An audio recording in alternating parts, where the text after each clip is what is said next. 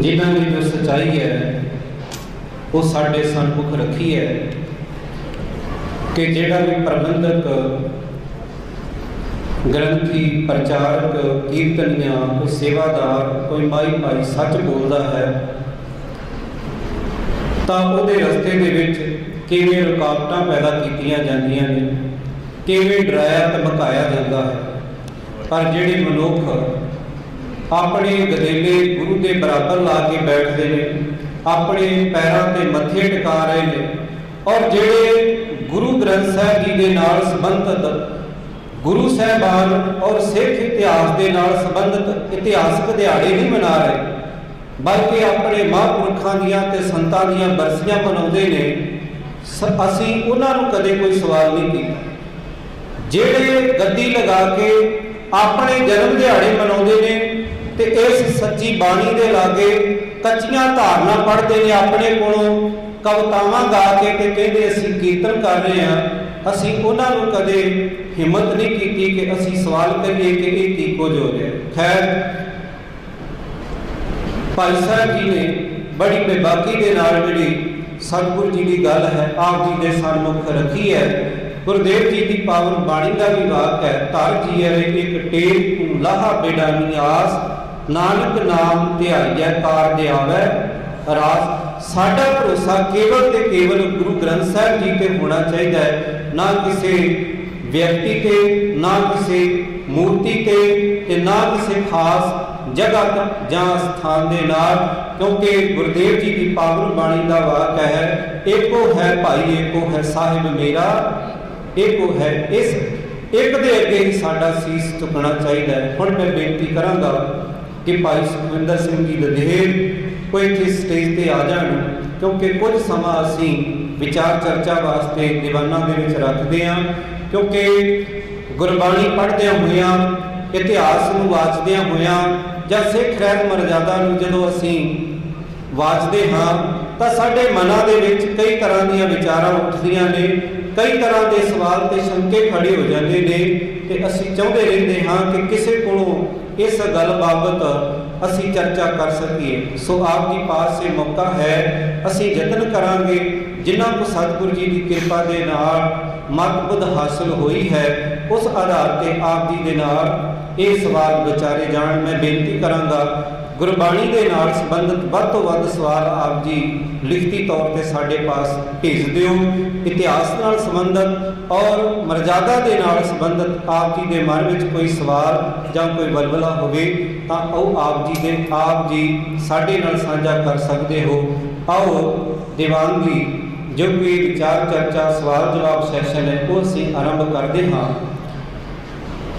3 दिन तो ਹੁਸ਼ਿਆਰਪੁਰ ਵਿਖੇ ਸਵੇਰ ਸ਼ਾਮ ਦੀਵਾਨ ਚੱਲ ਰਹੇ ਸਨ। ਇੱਕ ਸਵਾਲ ਉਹਨਾਂ ਦੀਵਾਨਾਂ ਦੇ ਵਿੱਚ ਜੋ ਆਇਆ ਸੀ ਮੈਂ ਉਹਦੇ ਨਾਲ ਆਰੰਭਤਾ ਕਰ ਰਿਹਾ ਹਾਂ, ਬਾਕੀ ਸਵਾਲ ਆਪ ਸੰਗਤ ਦੇ ਹੋਣਗੇ। ਸਵਾਲ ਹੈ ਜੀ, ਗੁਰਬਾਣੀ ਦੇ ਅੰਦਰ ਚਰਨ ਧੂੜ ਬਹੁਤ ਵਾਰ ਇਹ ਲਫ਼ਜ਼ ਸਤਿਗੁਰੂ ਜੀ ਨੇ ਵਰਤਿਆ ਹੈ, ਸੋ ਕਿਰਪਾ ਕਰਕੇ ਇਸ ਬਾਬਤ ਵਿਚਾਰ ਦਿੱਤੇ ਜਾਣ ਕਿ ਇਹ ਚਰਨ ਧੂੜ ਕੀ ਹੈ, ਕਿਉਂਕਿ ਕਈ ਵਾਰ ਅਸੀਂ ਜੋੜਾ ਘਰ ਅੰਦਰ ਦੇਖਦੇ ਹਾਂ ਕਿ ਕਈ ਮਾਈ ਭਾਈ ਸੇਵਾਦਾਰ ਨੇ ਜਿਹੜੇ ਉਹ ਜੋੜਿਆਂ ਨੂੰ ਝਾੜ ਕੇ ਤੇ ਆਪਣੇ ਮੱਥੇ ਨੂੰ ਕੁਛ ਲਗਾ ਰਹੇ ਹੁੰਦੇ ਨੇ। ਸੋ ਮੈਂ ਬੇਨਤੀ ਕਰਾਂਗਾ ਕਿ ਭਾਈ ਸਾਹਿਬ ਜੀ ਇਸ ਬਾਬਤ ਗੁਰਬਾਣੀ ਸਾਨੂੰ ਕੀ ਉਪਦੇਸ਼ ਕਰਦੀ ਹੈ, ਇਸ ਤੇ ਵਿਚਾਰ ਦੇਣ।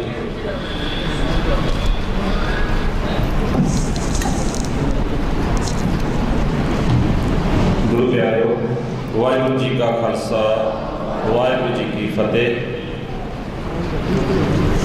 आप जी ने सतगुरु जी की बाणी का उपदेश शब्द विचार बड़ी एकाग्रता नाल प्यार नाल बैठ के श्रवण की है, क्योंकि कई बारी बुलारा एक पासड़ बोलता है, संगत प्यार नाल सुनती है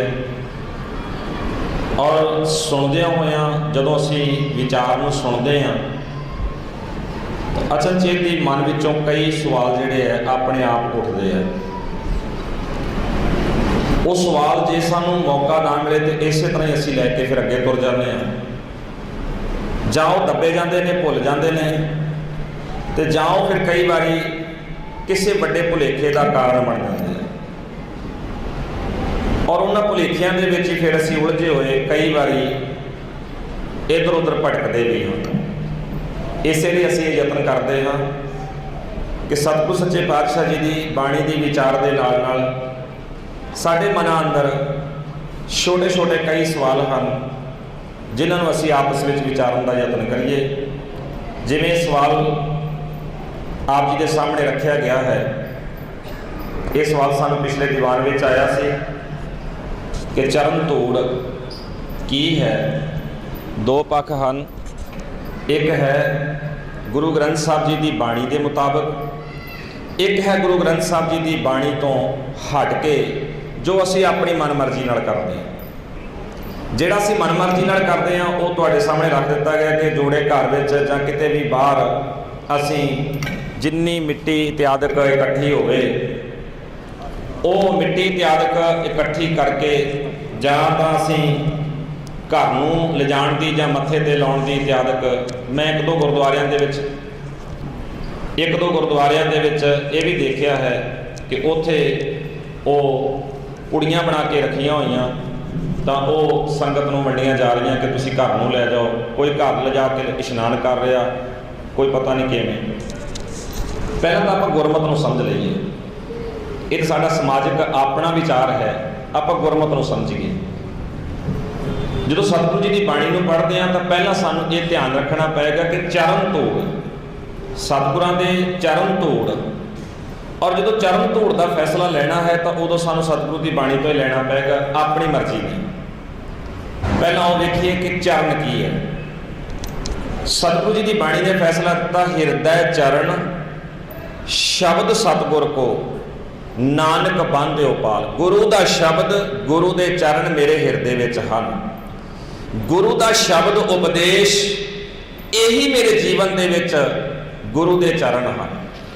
ਸਿੱਖ ਰਹਿਤ ਮਰਿਆਦਾ ਪੜ੍ਹਦੇ ਹੋ, ਸਿੱਖ ਰਹਿਤ ਮਰਿਆਦਾ ਵਿੱਚ ਵਿਸ਼ੇਸ਼ ਹਦਾਇਤ ਕੀਤੀ ਹੋਈ ਹੈ, ਕਿਉਂਕਿ ਕਈ ਵਾਰੀ ਵੀਰ ਭੈਣਾਂ ਸਾਡੇ ਮੱਥਾ ਟੇਕਣਗੇ, ਪਰਿਕਰਮਾ ਕਰਦੇ ਹੋਏ ਪਿਛਲੇ ਪਾਸੇ ਜਾ ਕੇ ਨਾ ਪੀੜੇ ਦੇ ਪਾਵੇ ਘੁੱਟਦੇ ਦੇਖੇ ਜਾ ਸਕਦੇ ਆ। ਉਹਨਾਂ ਨੂੰ ਪੁੱਛੋ ਤਾਂ ਕਹਿੰਦੇ ਜੀ ਅਸੀਂ ਮਹਾਰਾਜ ਦੇ ਚਰਨ ਘੁੱਟ ਰਹੇ ਹਾਂ। ਸਿੱਖ ਰਹਿਤ ਮਰਿਆਦਾ ਵਿੱਚ ਲਿਖਿਆ ਹੋਇਆ ਹੈ ਕਿ ਪੀੜੇ ਇਤਿਆਦਿਕ ਦੀਆਂ ਮੁੱਠੀਆਂ ਭਰਣੀਆਂ ਮਨਮਤ ਹੈ, ਪਰ ਕਰਦੇ ਆ। ਹੁਣ ਉਹ ਸਾਰਾ ਸਾਲ ਸਾਰਾ ਸਮਾਂ ਜਦੋਂ ਵੀ ਗੁਰਦੁਆਰੇ ਆਉਣਗੇ ਉਹ ਹਟਦੇ ਨਹੀਂ, ਆਪਣੀ ਜਿੱਦ ਤੇ ਰਹਿੰਦੇ ਆ। ਨਹੀਂ ਜੀ ਅਸੀਂ ਤਾਂ ਇਸ ਤਰ੍ਹਾਂ ਹੀ ਕਰਨਾ, ਸਾਰੇ ਕਰਦੇ ਆ, ਇਹ ਤੁਸੀਂ ਐਵੇਂ ਨਾ ਰੋਕੋ, ਇਹ ਤਾਂ ਸ਼ਰਧਾ ਦੀ ਗੱਲ, ਅਸੀਂ ਤੇ ਚਰਨ ਘੁੱਟਦੇ ਆ। ਭਾਵੇਂ ਕਿ ਰੱਖੜੀ ਦਾ ਸਿੱਖ ਧਰਮ ਨਾਲ ਕੋਈ ਸੰਬੰਧ ਨਹੀਂ, ਪਰ ਜਦੋਂ ਰੱਖੜੀ ਦਾ ਦਿਹਾੜਾ ਹੋਏਗਾ ਨਾ ਉਸੇ ਹੀ ਪਾਵੇ ਨੂੰ ਫਿਰ ਰੱਖੜੀ ਬਣ ਜਾਂਦੇ ਆ। ਪਹਿਲਾਂ ਕਹਿੰਦੇ ਸੀ ਚਰਨ ਘੁੱਟਦੇ ਆ, ਜਦੋਂ ਰੱਖੜੀ ਆਈ ਉਦੋਂ ਉਸੇ ਹੀ ਪਾਵੇ ਨੂੰ ਉਹ ਰੱਖੜੀ ਬਣ ਗਏ। ਮੈਂ ਇੱਕ ਮਾਈ ਨੂੰ, ਭੈਣ ਨੂੰ ਪੁੱਛਿਆ ਵੀ ਕਿ ਭੈਣ ਜੀ ਤੁਸੀਂ ਤੇ ਕਹਿੰਦੇ ਸੀ ਅਸੀਂ ਚਰਨ ਘੁੱਟਦੇ ਆ, ਅੱਜ ਰੱਖੜੀ ਵਾਲੇ ਦਿਨ ਉਸੇ ਹੀ ਪਾਵੇ ਨੂੰ ਤੁਸੀਂ ਰੱਖੜੀ ਬੰਨ੍ਹ ਦਿੱਤੀ ਹੈ। ਰੱਖੜੀ ਗੁੱਟ ਨੂੰ ਬੰਨ੍ਹੀ ਜਾਂਦੀ ਕਿ ਗਿੱਟੇ ਨੂੰ ਬੰਨ੍ਹੀ ਜਾਂਦੀ ਹੈ? ਕਹਿੰਦੀ ਇਹਨਾਂ ਗੱਲਾਂ ਦੇ ਵਿੱਚ ਅਸੀਂ ਨਹੀਂ ਆਉਂਦੇ, ਅਸੀਂ ਇਹਨਾਂ ਭੇੜਾਂ ਦੇ ਵਿੱਚ ਨਹੀਂ ਪੈਂਦੇ, ਅਸੀਂ ਤਾਂ ਜੋ ਵੇਖਿਆ ਜੋ ਸੁਣਿਆ ਉਹ ਕਰਦੇ ਹਾਂ। ਖੈਰ ਜਵਾਬ ਨਹੀਂ ਹੈਗਾ। ਹਿਰਦੈ ਚਰਨ ਸ਼ਬਦ ਸਤਿਗੁਰ ਕੋ ਨਾਨਕ ਬੰਧਿਓ ਪਾਲ। ਗੁਰੂ ਦਾ ਸ਼ਬਦ, ਗੁਰੂ ਦੇ ਚਰਨ ਹਨ, ਜਿਹੜਾ ਹਿਰਦੇ ਵਿੱਚ ਸਮਾ ਜਾਂਦਾ ਹੈ। ਹੱਡ ਮਾਸ ਨਾੜੀ ਦੇ ਇਹ ਜਿਹੜੇ ਚਰਨ ਹਨ, ਪੈਰ ਹਨ, ਇਹ ਕਿਸੇ ਵੀ ਤਰੀਕੇ ਸਿੱਖ ਦੇ ਹਿਰਦੇ ਵਿੱਚ ਕਦੇ ਵੀ ਟਿਕ ਨਹੀਂ ਸਕਦੇ। ਚਰਨ ਸਤਿਗੁਰੂ ਦਾ ਸ਼ਬਦ। ਆਪਾਂ ਇੱਕ ਸ਼ਲੋਕ ਪੜ੍ਹਦੇ ਹਾਂ, ਸਾਜਨ ਤੇਰੇ ਚਰਨ ਕੀ ਹੋਏ ਰਹਾ ਸਦ ਧੂੜ। ਤੇਰੇ ਚਰਨਾਂ ਦੀ ਮੈਂ ਧੂੜ ਬਣਿਆ ਰਹਾ।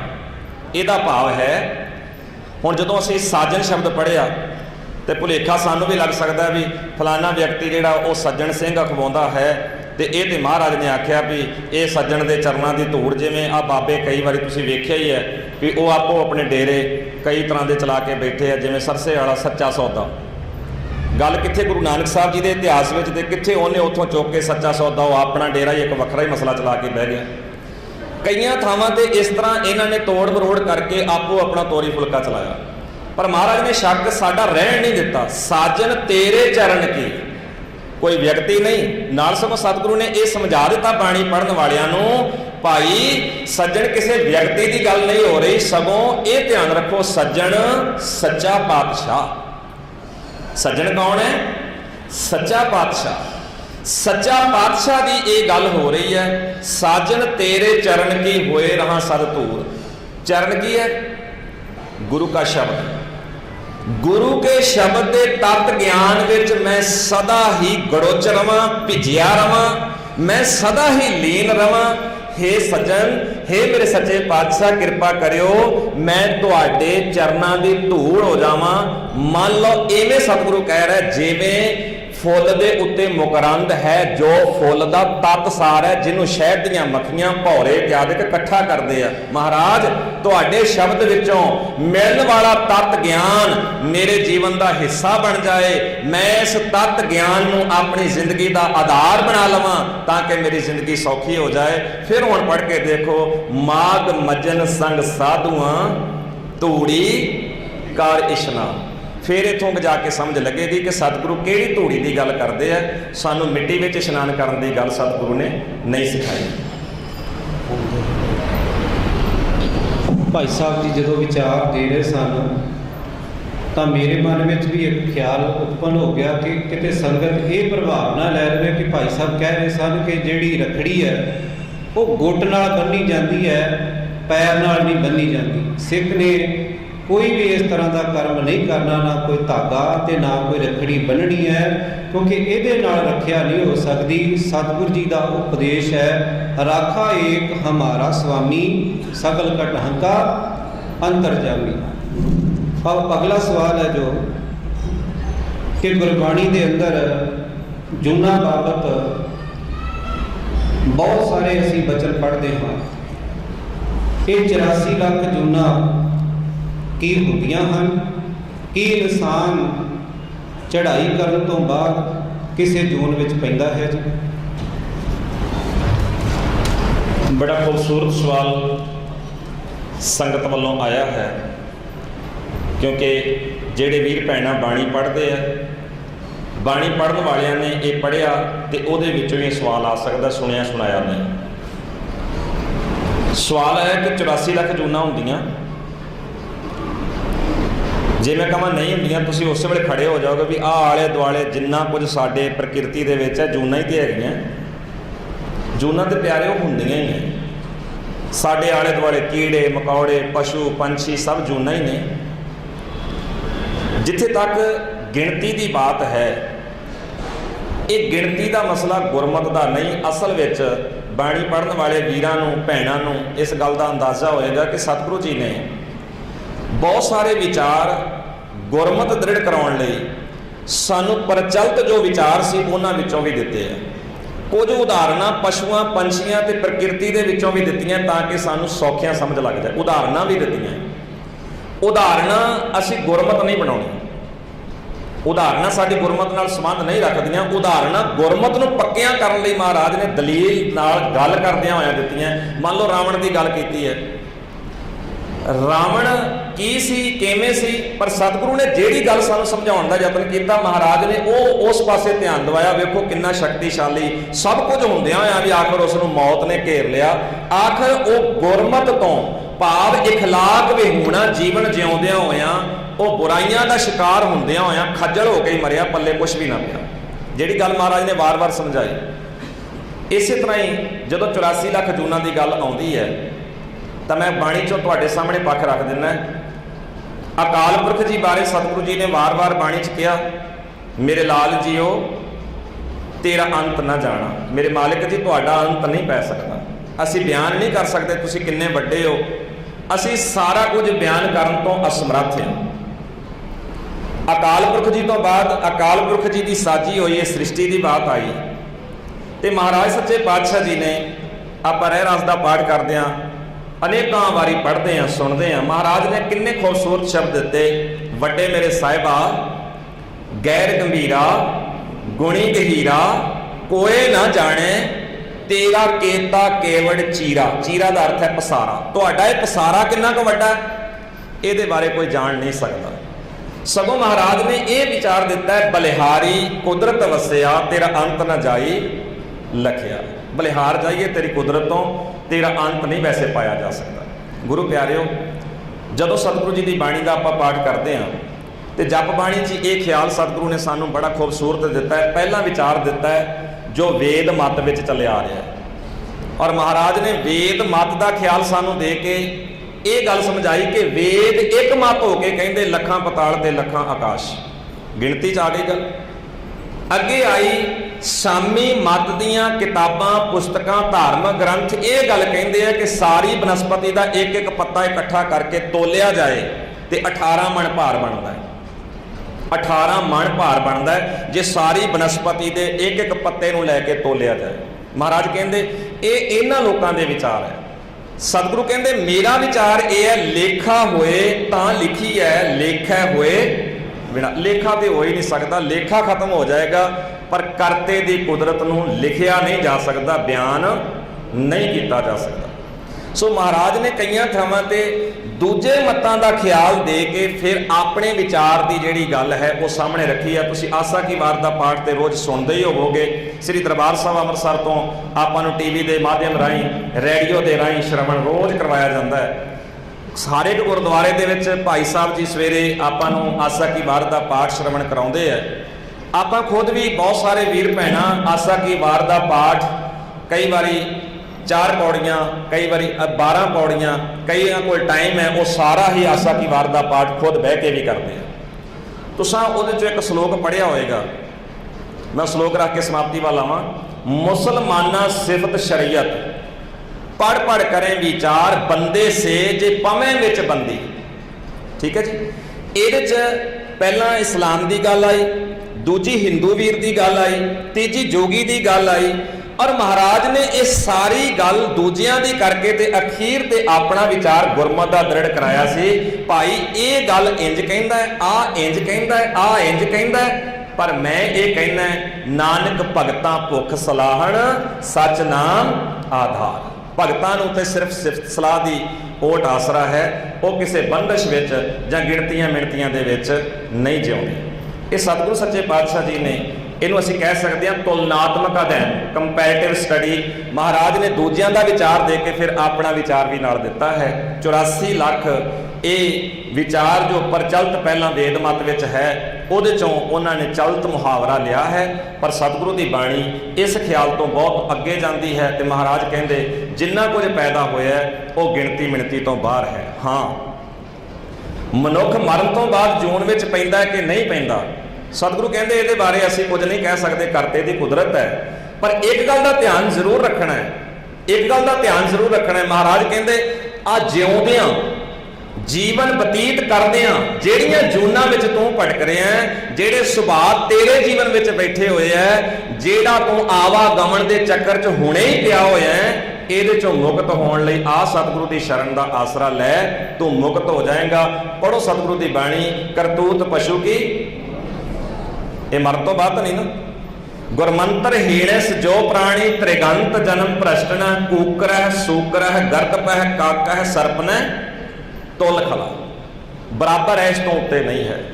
ਸੋ ਆਸ ਹੈ ਅਸੀਂ ਬਾਣੀ ਨੂੰ ਪੜ੍ਹਿਆ ਕਰੀਏ, ਵਿਚਾਰਿਆ ਕਰੀਏ। ਸਾਡੇ ਇਹਨਾਂ ਸਵਾਲਾਂ ਦੇ ਜਵਾਬ ਗੁਰਬਾਣੀ ਵਿੱਚ ਹੀ ਮੌਜੂਦ ਹਨ।